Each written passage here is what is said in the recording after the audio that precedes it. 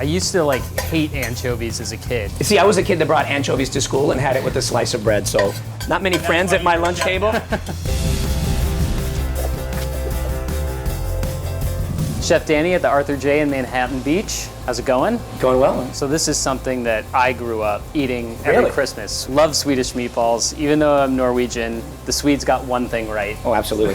You might end up giving me some tips on how to make this a little bit better by the end of the show. Oh, I doubt that. Swedish meatballs have a very distinctive flavor, and what does that come from? Well, that comes from what we like to call the Christmas spices. Right here you can see we have some freshly grated nutmeg, and then the allspice is a little bit darker. That's the one right here in the center, and we make sure to grind that up really fine by using a spice grinder.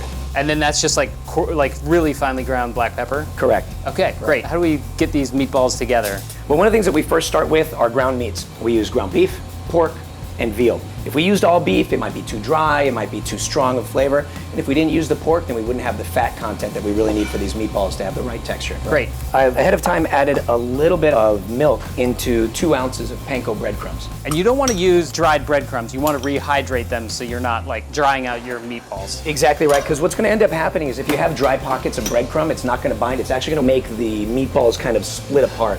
We'll add 2 egg yolks. Then we'll add our spices, the black pepper, the allspice, and the nutmeg. And we're going to add some fresh yellow onion. That's going to add also flavor and moisture. There's no other way to do this but to really get your hands dirty in there. So I'm just going to go ahead and get in there. Really, this is probably the best kitchen tool that exists is just your hands. All right, that looks pretty good. I think we're there. So I know you've got a little bit of history making meatballs, so we're going to see where you're at with that, all right? All right, yeah. I'm going to give you a little bit of oil. It'll give it a smoother texture on the outside, and it won't stick to your fingers as bad. Okay. So just rub that oil right there in the palm of your hand. We're going to start a little roll. Good. Now, like you're throwing a fastball right there between those 2 fingers, and slap it in the palm of your hand. Now, what this is doing is it's really compacting that meat. And then you roll it. Good, good, good, good, good. You should have something kind of like that. Hey, that's pretty good. That's great. Now we just got to make 1,000 of these. Right? Got a wedding coming up. All right, let's get this pan hot because we got to make the gravy. Okay. You can tell when a pan's ready because you see a little shimmer in the oil. Okay. We're gonna give them another final roll because they tend to flatten out at the bottom once they've been resting.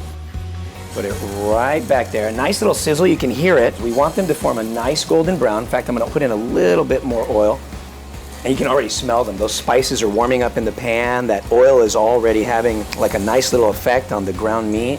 This is where the flavor starts forming. I don't want to move them around, but I am going to kind of move that fat a little bit. So you see all this stuff forming in the pan? Yeah. All this beautiful brown bits? That's all the stuff coming off of the meatballs. And that's going to go into our gravy. You see I'm basting the meatballs just a little bit. Start getting that flavor into them. Exactly right. That's looking great. Once you get to that color right there, yeah, that's what money. the color you're looking for. Oh, that absolutely. rich brown. This would make Grandma proud right there. Let's see. Been about 10 minutes I'd say of so. cooking, and so now you want to pull them out and reserve them, right? Exactly right. So we're going to set them aside because in this pan where all the flavors develop, we're going to use that as the basis of our gravy. Now, one of the first things that we start off with in the pan is anchovies. And there's just something funky that anchovies or preserved herring really lend to a dish. You know, the next thing we're going to do is add just a little pinch more of salt. Okay. I like to throw butter because I'm a chef and that's kind of what we do, is add a little bit of butter. And I'm also going to add some blue cheese. We use beautiful Mycella blue cheese. It's from Denmark. So this is a nice ingredient that we use to really make our gravy a little bit different and stand out. Where did you develop this recipe from? You know, one of my first jobs was with a Swedish chef. And this is one of the things that we would make as a special What, for the our Muppet? guests. Not the Muppet, Oh, though. okay. He would have been cool, but hard to understand. But it's got all that basis of a traditional Swedish meatball. We've already toasted the flour off a little bit. And so that also adds a little bit of toasted nutty flavor to the dish. See how it soaks up all that fat, the little remaining bit of fat? And you see the color already of the flour. If we hadn't toasted the flour, it would make this a lot lighter in color. Almost more like a chicken gravy when that's a little bit Yeah, lighter. exactly right. Here we have some veal stock that we make at the restaurant. And as I'm pouring it in, I'm gonna whisk it just to break up those bits of flour. It's already starting to get a nice gloss to it, a nice body to it. It's looking good. We'll add a little bit of cream and milk here too. How much? Oh, dude, I like that color. The See, consistency that's the looks perfect good. color. Yeah. Now's the point where we're gonna reintroduce the meatballs in there. All the fat, all the flavor that we put into the meatballs is now gonna seep into that gravy that we made. So we're gonna set these aside. In the meantime, I'm gonna show you the mashed potatoes that we serve with it. Yukon Gold potatoes, which we boil ahead of time, and then equal parts butter to potato by weight. Right? That's just like Mom used to make it, right? So those are looking pretty good. Yep. The meatballs by now are cooked all the way through. Yeah. They're looking really good. So potatoes look good. I'll give them one more little swirl, just to incorporate any fat that may have tried to separate. And look at the way they sit on there. And that's what we're looking for. Put some of the meatballs over here. That's the way we played at the restaurant. Nice portion of gravy over the top. There we go. We're gonna top it off with Chef David's family recipe of cranberry kumquat compote. Sometimes we would pair Swedish meatballs with lingonberry or some other kind of fruit preserve. Last thing we do is a little bit of fresh chives. And again, just right on top of each bite. And there you go, the Arthur J. Swedish meatballs. Reminds me of my childhood. Going right in for it. You get in there, chef. All right.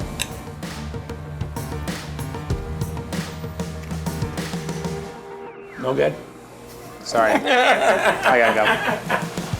I love the allspice in it. This tastes like what I've been having my whole life. I just think it's one of those warming spices. I mean, it's very soul satisfying. Yeah. But they just work so well with these meatballs, and it's a throwback, it's traditional, with a few personalized touches of our own. I know it's Southern California Right. when it's sunny outside, but it feels like home at Christmas right now. Best of both worlds. Ripping hot, kind of one really quick, fast process. And now at this stage, what I do is add a little bit more oil. And to the side, if you notice with the pan here, I push all the ingredients to one side and I'll add some beef.